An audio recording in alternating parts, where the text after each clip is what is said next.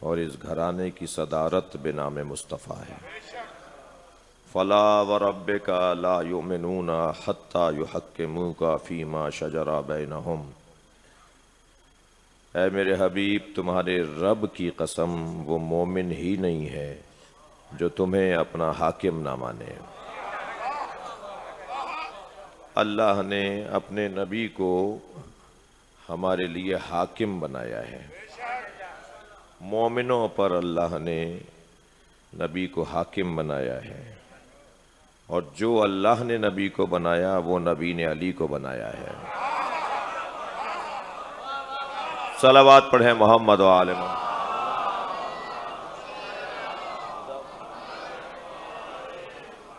मन कुन्तो मौला फहादा अली उन मौला।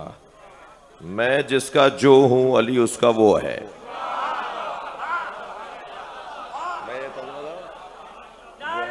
यही हुआ, गोया यही हुआ ना। अब आप जो मानते हैं वो माने, जो नबी को मानते हैं वो अली को माने। तो अगर मैं अपनी खतीबाना जबान में कहूं कि नबी फरमा रहे मैं जिसका जो हूं, अली उसका वो है। अब ये तो अपने अपने ज़ौक़ की बात है, कोई भाई मानता है, कोई अपने जैसा मानता है, हम हाकिम मानते हैं। हम नबी को अपना हाकिम मानते हैं, और जब नबी हमारे हाकिम है तो अली भी नबी ने हाकिम बनाए। तमाम तर अजमतों का उन्वान ये घराना, और इस घराने का सदर जलसा सरकार की ज़ात। अज़ीज़ान गिरामी, कहाँ से बात शुरू हो और कहाँ ख़त्म हो, बात इतनी है कि जिसके बाब में, जिसके उन्वान पर, जिसके बारे में गुफ्तगू करने के लिए अल्लाह का कलाम हो, और जिसे समझाने के लिए अल्लाह ने अली जैसे वली को बनाया हो, उसके बाब में हमारे बस की बात गुफ्तगू करना नहीं है।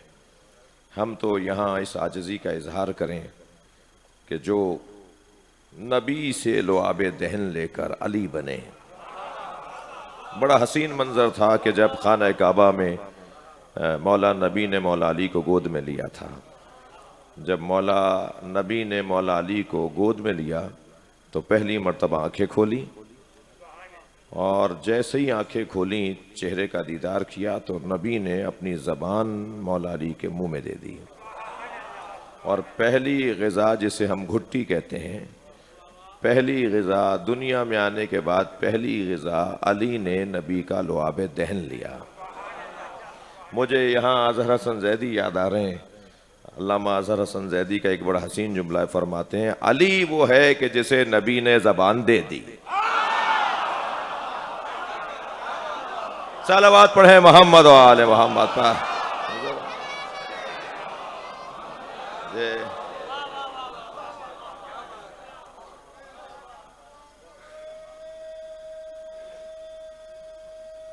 माशाअल्लाह। अजीज़ान गिरामी, बात कहाँ से कहाँ पहुँचेगी, इतना ज़रूर है कि जिसका बदन हमारे बदन की तरह ना हो, उसकी रूह और उसका खून हमारी तरह कैसे होगा। तो कोई चीज़ उनकी हमारी तरह नहीं है। और ये बात बहस पुरानी हो गई, मगर क्या करें कि बार बार भूलने वालों को याद दिलाना पड़ता है। क्या करें कि जो भूल जाते हैं ना, इंसान है ना, ये निसियान से है, इंसान निसियान से है, ये भूल जाता है। लिहाजा ज़क्किर फ़इन्न ज़िक्र तनफ़उल मोमिनीन, बार बार दोहराओ इसके लिए, इसलिए कि मोमिनीन को इससे फ़ायदा होगा। तो इंसान क्योंकि है ही निसियान, निसियान के ख़ानदान का लफ्ज़ है, इससे बना ही भूलने से है, और ये इसका भूलना इसका हुनर है। और जब हुनर अल्लाह ने यही करार दे दिया, तो फिर इसको, इसके मनफियात को काबू में लाने के लिए अल्लाह ने तकरार को रखा है कि एक चीज़ बार बार हो, एक चीज़ बार बार हो। भाई सुबह 2 रकत नमाज पढ़ ली थी, अब ये दोपहर में क्यों पढ़वा रहा है? दोपहर में पढ़ ली थी, फिर फ़ौरन क्यों, फिर मगरिब में क्यों, फिर इशा में क्यों? वही अल्लाहु अकबर, वही अल्हम्दुलिल्लाह, वही अल्फाज बार बार।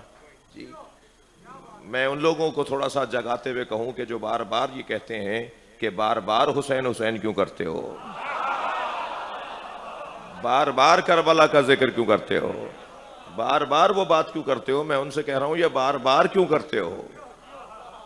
ये मिजाज है हमारा, ये हमारा हमारा तकाजा था कि हमें बार बार दोहरवाए। और फिर अल्लाह को हमारे सजदों की जरूरत नहीं है। अल्लाह हमारे 2 रकत से उसकी खुदाई में इजाफा नहीं होगा, और जो 2 रकत नहीं पढ़ रहे अल्लाह की खुदाई में कमी नहीं आ रही।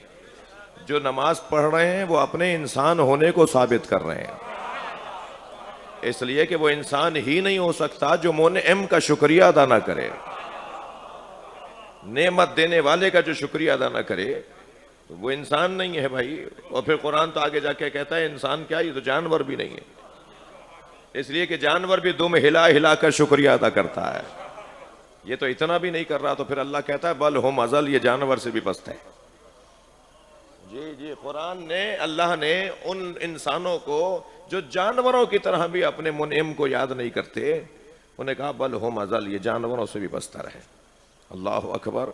तो ये हमें 2 रकत नमाज इसलिए नहीं पढ़वाई जा रही कि उसकी कोई खुदाई में। मौला अली ने खुतबा हम्माम के आगाज में फरमा दिया, खलकल खल्क हीना खल्कहिम, अल्लाह ने जब मखलूक को खल्क किया तो गनी अन ताअतिहिम, वो उनकी इताअत से मुस्तगनी था, वो उनकी इताअत के लिए उन्हें नहीं बना रहा था।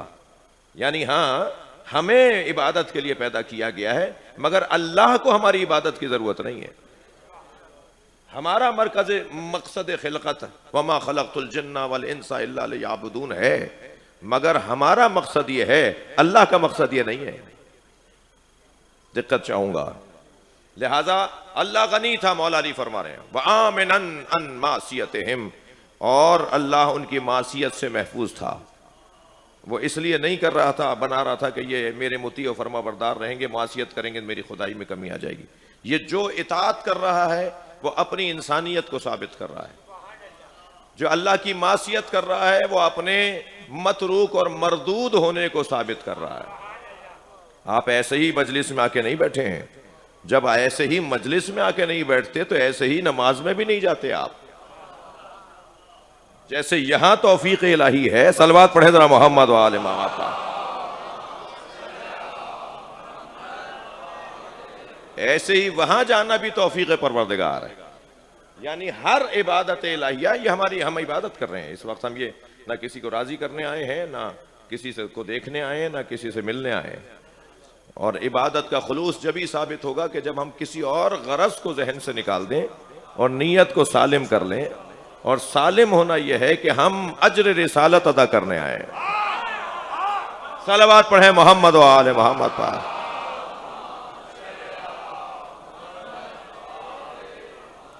तवज्जो चाहूंगा। अब वो घराना जिनसे मोहब्बत और मवद्दत का इजहार, तो वो इस शान से बनाए गए हैं जी, इन्नका लअला खुलुकिन अजीम।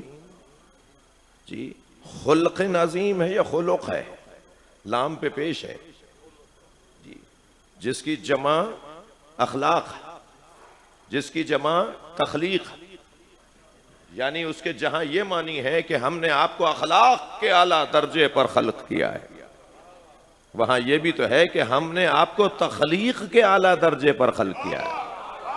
आपसे अच्छा हमने बनाया ही नहीं है। सलावत पढ़े मोहम्मद मुस्तफा की जात पर।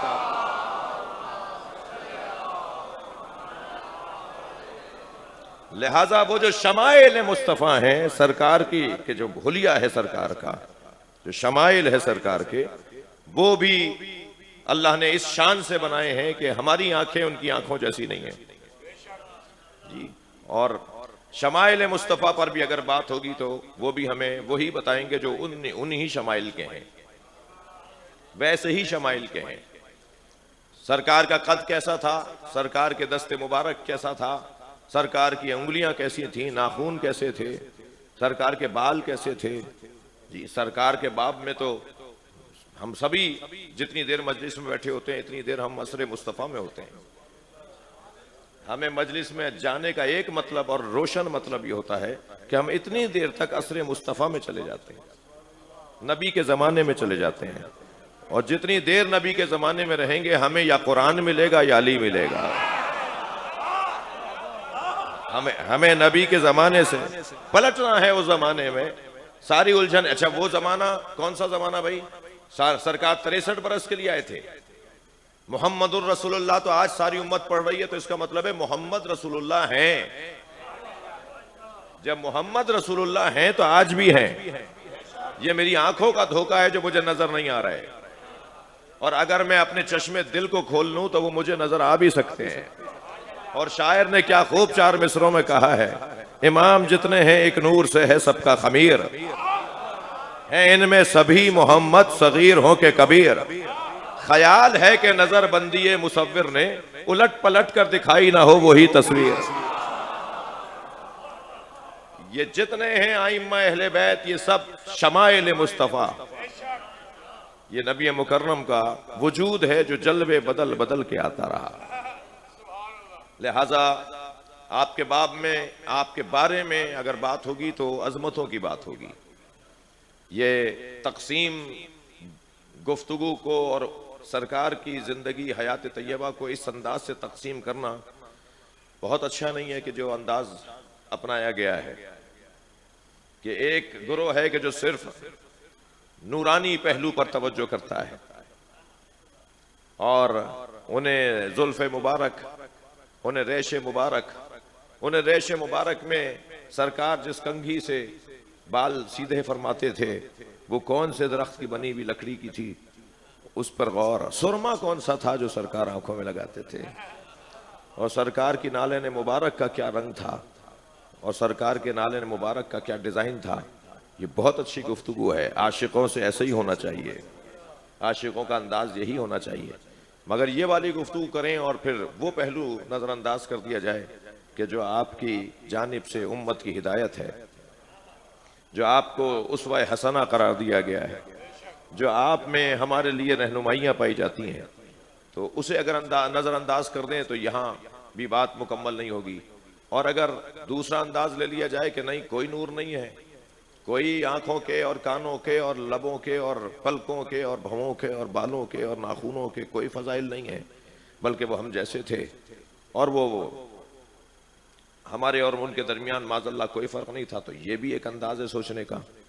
अज़ीज़ान गिरामी, वो जो उस अंदाज से देखते हैं कि सिर्फ और सिर्फ नूरानी पहलुओं को देखते हैं और सिर्फ जुल्फ़ों को और सुरमों को देखते हैं, उनके लिए मैं एक जुमला कहूँगा कि तुम्हें अगर सिर्फ उस जाविये से देखना और इस जाविये से तुम देखना नहीं चाहते तो बहुत कुछ महरूमियाँ मिलेंगी। उनका हाल तो ऐसा है, उनका हाल तो ऐसा है कि रात की तारीकी में नबी के हाथ से गिरती हुई सुई तो नजर आ जाती है, मगर गदीर की धूप में अली सलवात पढ़े मोहम्मद वाले मोहम्मद पर, नबी के हाथों पे नजर नहीं आते। तो हमें एक ऐसा रास्ता लेना होगा जो नबी के शमाइल पर भी गुफ्तगू हो और नबी के किरदार पर भी गुफ्तगू हो, हमारे लिए नमूना अमल भी हैं। तो हमें देखना होगा कि जंगों में क्या रवैये और रविश थी, क्या तरीका था, दोस्तों के साथ कैसे थे, घर वालों के साथ कैसे थे, दुश्मनों के साथ कैसे थे, जी असहाब के साथ कैसे थे, हत्ता जानवरों के साथ कैसे थे। तो सरकार की सीरत पर भी गौर करना होगा। लिहाजा दोनों पहलुओं को अगर हम रखें तो हम कहेंगे नूरी बशर,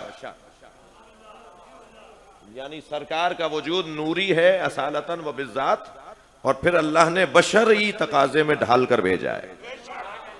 वो जो बशरी तकाजे में ढाल कर भेजा है उसके पहलू हमारे लिए नमूने अमल है, और वो पहलू कि जिसकी तरफ शायद बाज दोस्तों के यहाँ ज्यादा बोला जाता है, हमारे यहाँ कम बोला जाता है।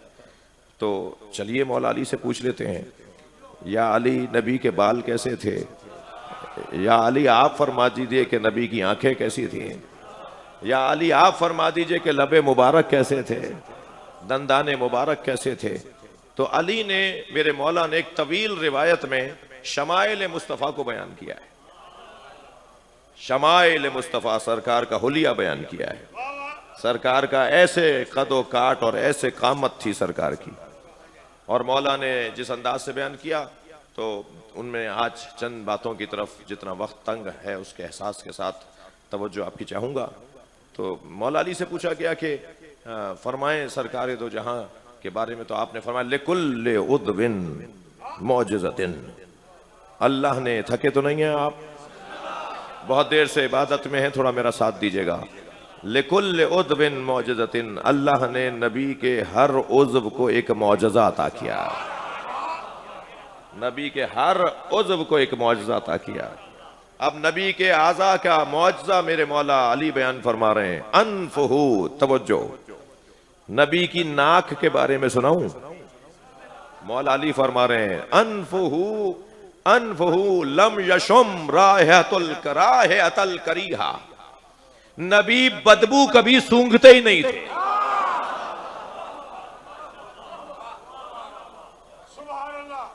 नबी को हमेशा खुशबू आती थी बस। यानी एक जगह अगर खुशबू है तो वो तो आती थी नबी को, वहां अगर बदबू है तो नबी को नहीं आती थी। भाई बदबू, मैं मिंबर से बैठकर बदबू के बारे में ज्यादा बात करूंगा तो मिंबर का अदब इजाजत नहीं देगा। मैं इशारे करूंगा और आपकी तवज्जुहात मेरा सहारा बनेंगे। बदबू तौलीद है, बदबू खारिज होती है, निकलती है किसी गंदगी से या किसी नजासत से, और जब इनके बच्चों के करीब नजासत नहीं आ सकती। सलावत पढ़े मोहम्मद व आले मोहम्मद। जी थोड़ा गर्दन हिलाते रहिएगा, ये मज़ामीन बयान मामूलन नहीं होते, मामूलन नहीं होते, मगर मुझसे अच्छे बयान करने वाले मौजूद हैं। मेरे मौला फरमाते अनफहू लम यशम रायहतल करीहा। सरकार की नाक, सरकार को का शामा जो था वो बदबू नहीं सूंघता था। ये जाहिरी तौर पर तो यह है कि बदबू नहीं आती थी जी। अच्छा, ये खुशबू और बदबू के बारे में तो आप जानते हैं। अगर मैंने सिर्फ इतना कह दिया होता ना कि सरकार को बदबू नहीं आती थी, तो यहाँ कुछ मुस्तशरिक दोस्तों के दोस्त भी हो सकते हैं, या मेरी वीडियो, मेरी तकरीर सुनने के बाद कहें लो भाई मौलाना ने तो कोरोना में हमने ये सुना था कि जिसे कोरोना हो जाता है, तो मौलाना तो फजाइल पढ़ रहे थे। अच्छा, तो कुछ लोग ज़रा ज़्यादा समझदार भी हैं हमारे माशरे में, तो उन समझदारों को आपसे बचाने के लिए, आपको उनसे बचाने के लिए, उनके लिए एक फक्की दे देता हूँ। अब वो मेरा भाई मोहम्मद अली भी देता है ना फक्की। एक सलवात पढ़े ज़रा मोहम्मद वाले मोहम्मद अल्लाह। कहने लगे साहब वो जो कोरोना बीमारी है ना, उसके अंदर अगर वो उसमें इंसान मुब्तला हो जाए तो फिर बदबू और खुशबू नहीं आती। उसके सिम्टम्स में एक ये चीज़ भी है? तो कहने लगे जी मौलाना फजाइल पढ़ने बैठे थे, ये कोई फजाइल थे? तो मैं उसे जवाब दे रहा हूँ कि नबी को खुशबू आती थी, इसलिए कि खुशबू मुस्बत चीज़ को कहते हैं। नबी को बदबू नहीं आती थी, इसलिए कि बदबू मनफी चीज़ को कहते हैं। और अजीज़ान गिरामी तवज्जो चाहूँगा, लम यशुम रायहतल करीहा, इसका एक बड़ा हसीन पैगाम है। और पैगाम यह है कि तुम भी बस वही देखो, वही सुनो, वही सूंघो जो अच्छा है, ना बुराइयों को देखो। सलवात पढ़े जरा मोहम्मद वाले मोहम्मद।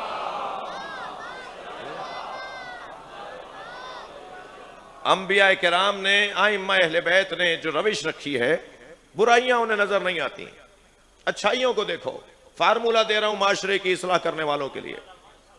माशरे की इस्लाह उस वक्त मुमकिन होगी जब आप लोगों में अच्छाइयों को देखें और उनको फरोग देते चले जाएं।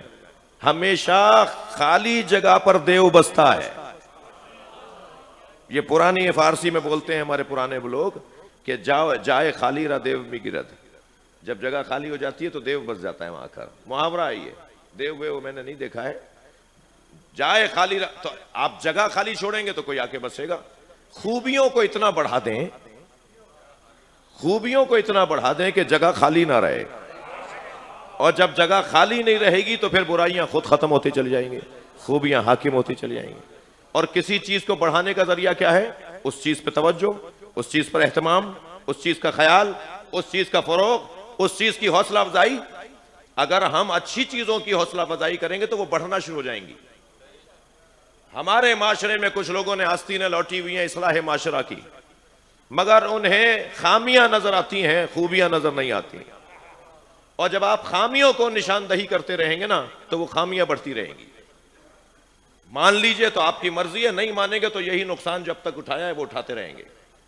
मुआशरे के अंदर आप जिस चीज की निशानदही करेंगे वही चीज बढ़ेगी। आज मीडिया के जरिए से जो बदकारियां और बुरे बुरे कामों की जो वीडियोस आती हैं और जो उनको ब्रेकिंग न्यूज बना के चलाया जाता है, उनकी वजह से वो बुराइयां बढ़ रही हैं या कम हो रही हैं? क्यों? इसलिए कि आपने बुराई की तबलीग की है। तबलीग अच्छाइयों की होनी चाहिए। जितनी आप अच्छाइयों की तबलीग करेंगे इतनी बुराइयों का खात्मा होगा।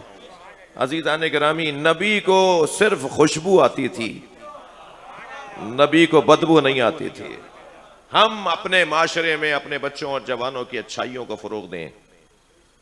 मेरे मासूम इमाम के सामने एक जवान बैठा है और बोले चले जा रहा है, बार बार बोल रहा है। जी, बाज लोगों को बोलने का भी एक मरज होता है और खास तौर पर वो मरज इतना शदीद हो जाता है कि वो भूल जाते हैं कि वो बैठे किसके सामने। तुम हर जगह बोलते हो, इमाम के सामने आके भी बोलोगे क्या? तुम्हें हर जगह बोलने की आदत है, यहां आकर बैठ गए किसी मर्ज़े तकलीद के, किसी इलाके के बड़े के, किसी बुजुर्ग के, खानदान का बड़ा बैठा है, इमाम तो बहुत बड़ी बात है, खानदान का कोई बड़ा बैठा है, इलाके का कोई आलिम बैठा है, मर्ज़े तकलीद बैठा है, ये वहां जाके भी बोल रहे हैं। अरे भाई तुम खामोश हो जाओ, वो बोलेगा तो तुम्हारे 10 साल के बोलने के बराबर उसका एक जुमला होगा। तुम 10 साल में वो नहीं बोल पाओगे, वो जो एक जुमले में बोल देगा। तो ऐसे ही एक जवान था, वो मासूम इमाम के सामने बैठा और बोल रहा है, बोले चले जा रहा है। अब असहाब में बेचैनी थी कि किसी तरह इसको समझाया जाए। मासूम ने, मौला ने इसको महसूस कर लिया कि लोग इससे परेशान हो रहे हैं, इसको अच्छा नहीं समझ रहे। तो अब देखिए हिदायत का अंदाज देखिए इमाम का। इमाम ने उसे मुखातिब करके कहा, अंबिया, औलिया, आइम्मा को अल्लाह ने बोलने के लिए पैदा किया है, दूसरों को सुनने के लिए पैदा किया है। जी, हिदायत का तरीका जी, किसी को अच्छा करना है, किसी की बुराइयां खत्म करनी है तो हमें तरीका ही अपनाना होगा। अब मेरे मौला फरमा रहे हैं कि मौला नबी का सूंघने का अंदाज, थोड़ा सा आगे बढ़िए, पसीने के बारे में मौला अली फरमा रहे हैं, फरमाते हैं, री हो इरक ही काना अतयबो मिन मिस्किल अतफर। नबी के पसीने की खुशबू मुश्क की खुशबू से ज्यादा तेज थी। सरकार 2 दिन पहले अगर कहीं से गुजरते थे तो 2 दिन बाद आने वाले कहते थे यहां बैठे थे। एक ने जब कहा ना कि यहां बैठे थे तो कहा जी 2 दिन पहले यहां तशरीफ लाए थे, तुम्हें कैसे पता चला यहां बैठे थे? क्या जो यहां खुशबू आ रही है वो कहीं और नहीं आ रही। सरकार के वजूद मुबारक से जो खुशबू आती थी, फरमाते मौला अली कि वो मुश्क से ज्यादा शदीद, अत्यबो मिन मिस्किल अतफर, मुश्क से ज्यादा खुशबू। अहले ज़ौक़ बैठे हुए हैं और बहुत दूर दूर से आए हुए हैं, गाड़ियां बता रही हैं कि दूर से आए हैं, बराबर से आए होते तो पैदल आ गए होते। तो मैं आप सबकी कदरदानी करते हुए पिछले दिनों हजरत अल्लामा अकीलुल गरबी ने एक मिसरा भेजा कि जी इस मिसरे पे नात कहिए, और फिर वो लंदन में उनके बाबुल मुराद में वो सुनाया भी गया, जूम के ऊपर रिकॉर्डिंग सुनाई गई, तो वो मेरे मजमून में भी है। तो उस नात के चंद शेर आपको सुनाना चाहूँगा, और सरकार के फजाइल और मनाकिब जो मौला अली ने बयान किए हैं, यानी मैंने अल्हम्दुलिल्लाह मौला के उस खुतबे को, उस मौला के कलाम को मद्देनज़र रखते हुए, मौला अली के हिदायत से रहनुमाई लेते हुए ये चंद शेर कहे हैं। जहाने हुस्न से ये इनकलाब हो ना सका, हसीनों का जहान सब तसव्वुर में लाइए, जहाने हुस्न से ये इनकलाब हो ना सका, मोहम्मद अरबी का जवाब हो ना सका। कि मैं भी वाकिफ़े सिर्रे किताब हो ना सका, कि मैं भी, शेर सुनना चाह रहे हैं, कि मैं भी वाकिफ़े सिर्रे किताब हो ना सका, इसीलिए तो मेरा इंतखाब हो ना सका। मेरे क़यामो क़ुऊदो सुजूद से हासिल, मेरे क़यामो क़ुऊदो सुजूद से हासिल, दयारे यार में जब बेहिजाब हो न सका। और अर्ज किया है कि खुदा से दूर है और वो खुदी से नावाकिफ, खुदा से दूर है और वो खुदी से नावाकिफ, दरे रसूल जिसे दस्तयाब हो ना सका। और यहां है कि गया था बारगहे मुस्तफा में, उसके बाद गमे हयात कभी कामयाब हो ना सका। और जो शेर सुनाना चाहूंगा कि अरक जबीन से लेकर नबी बनाए गए। मौला अली का भी यही फरमान, अरक जबीन से लेकर नबी बनाए गए, फिर उसके बाद पसीना गुलाब हो ना सका। सलवात पढ़े मोहम्मद व आले मोहम्मद पर। चंद शेर छोड़ते हुए अर्ज कर रहा हूं कि करम निगाहिए आका हैं बूजरो सलमा। करम निगाहिए आका हैं बूजरो सलमा, वो जर्रा क्या जो यहां आफताब हो ना सका। और हकीकतन अबू तालिब के लाडले के सिवा नात वो क्या नात जिसमें अबू तालिब की बात ना हो। हकीकतन अबू तालिब के लाडले के सिवा कोई भी मिसले रिसालत मुआब हो ना सका। सलवात पढ़े मोहम्मद व आले मोहम्मद।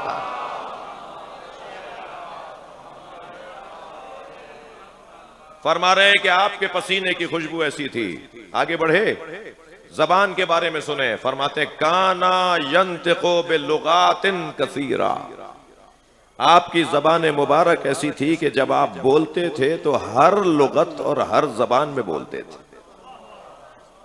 जिस जबान में चाहते थे बोलते थे।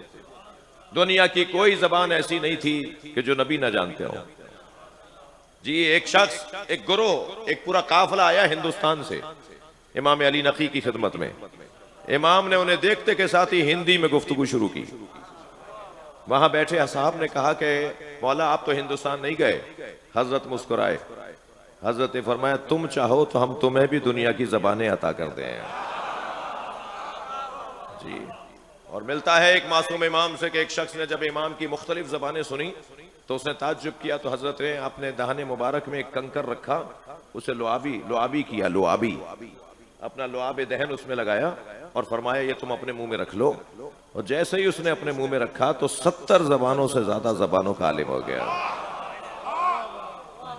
मौला हसन फरमाते हैं अगर मशरिक से मगरिब तक एक मकान हो और उस एक मकान में हजारों दरवाजे जाने के लिए खुलते हों और हर दरवाजे से एक नई जबान बोलने वाला आता हो, तो मैं हसन और मेरा भाई हुसैन वो सारी जबानें जानते हैं। मौला नबी के लिए मौला अली फरमा रहे काना यंतिको बिलुगातिन कसीरा। मुख्तलिफ जबानों में मौला नबी बात करते थे। होंठ सरकार के कैसे थे, थोड़ा बिस्मिल्लाह बोल दीजिए। सरकार के लबे मुबारक कैसे थे। सरकार के लिए मौला अली फरमाते हैं अला शफत ही सुफला खालुन। नबी के नीचे वाले होंठ पर, बिला तशबी, नबी के नीचे वाले होंठ पर एक तिल था जो सरकार के चेहरे का हुस्न बढ़ाता था। ये वही तिल है कि जैसे आयतुल्लाह खुमैनी ने सुनकर पूरी गजल लिख दी। आयतुल्लाह खुमैनी की गजलों का मजमुआ, उस गजलों के मजमुए में ये तिल भी उन्होंने सोचकर कहा मन बेखाले लबत ए दोस्त गिरफ्तार शुदम। ए मेरे, अब वो यार कह रहे हैं, यार इश्क की बात में यार कहा जाता है, दोस्त यार आशिकों की जबान है भाई है। तो आशिक जब अपने किसी को मन बेखाले लबत ए दोस्त गिरफ्तार शुदम, मैं तो आपके चेहरे मुबारक की तो बहुत बड़ी बात है, आपके लबों पे टिका हुआ रुका हुआ एक नुक्ता, एक तिल, वो ही मुझे बीमार कर गया। आशिकों का अंदाज देखिए। मन बेखाले लबत ए दोस्त गिरफ्तार शुदम, चश्मे बीमार तुरा दीदमो बीमार शुदम। मैंने आपकी अल्लाह से इश्क में जो मखमूर आंखें देखी, उन आंखों को देखकर ही मैं बीमार हो गया। अल्लाह अकबर। तवज्जो चाहूंगा, मौला अली फरमाते हैं कि नबी की उंगलियां कैसी थी। कुर्बान जाए हमारे हाथ पैर नबी के नाखूनों पर, नबी के बालों पर, नबी के पैर से उड़ने वाले जर्रों पर। मौला अली फरमाते हैं कि तफज्जरत मिन बैनिल असाबे उयून अलमा। नबी की उंगलियों के दरमियान से जब चाहते थे पानी निकलता था।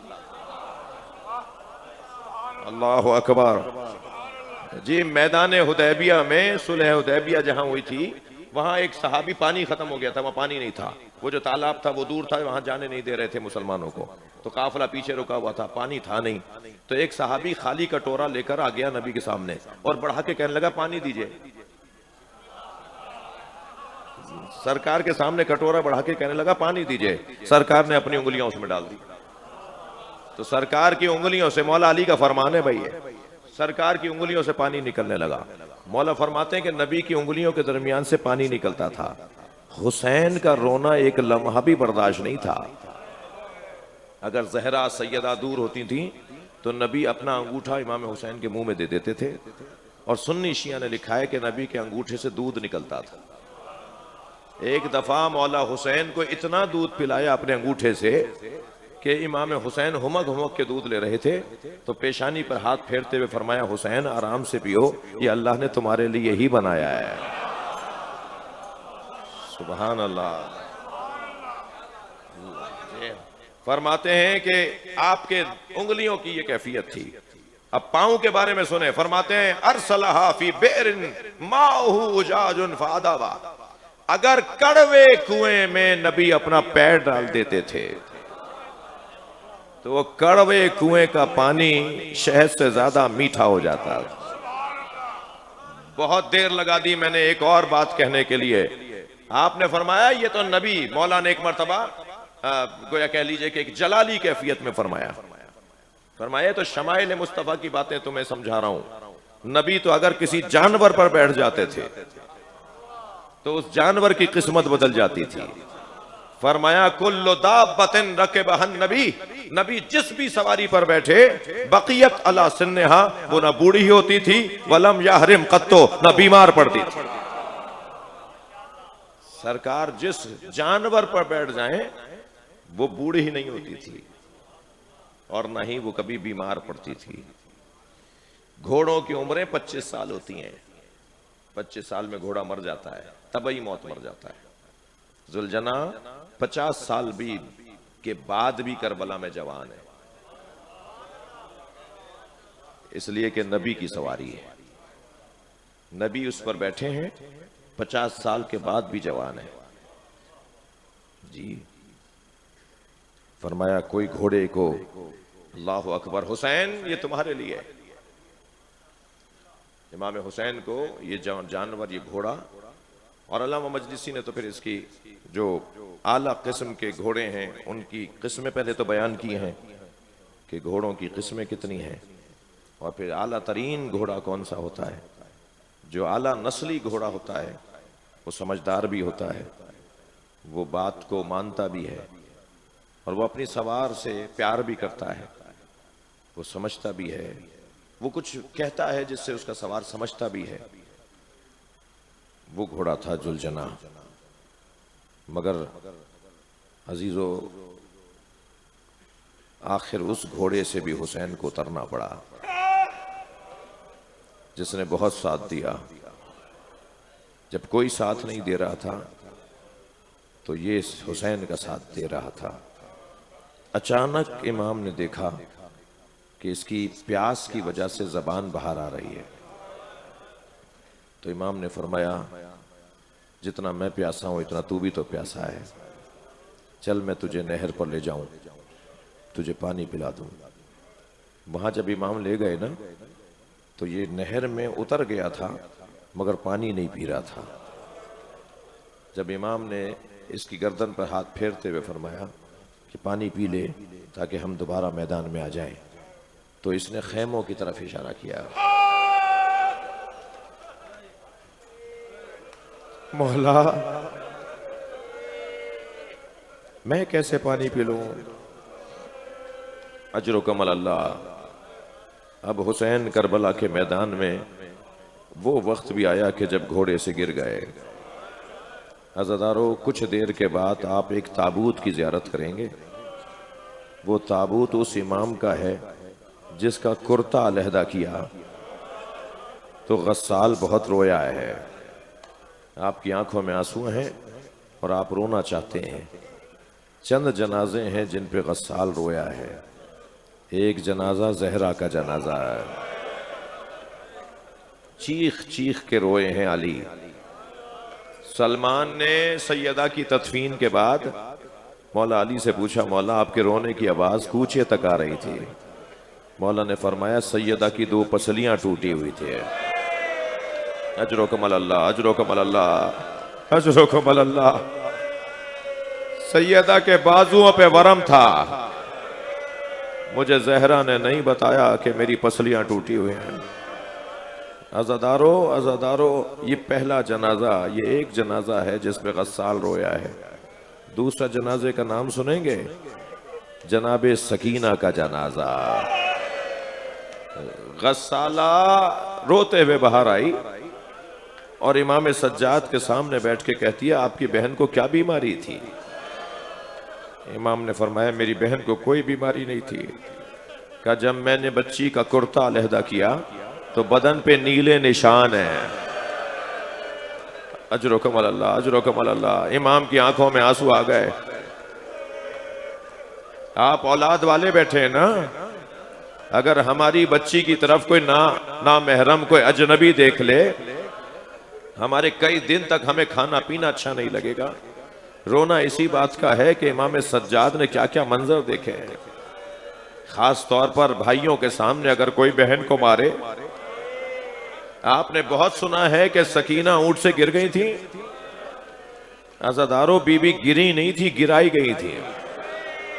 जब बाबा का सर आता था ना, हाय बाबा, पूरा काफिला गिरिया करता था।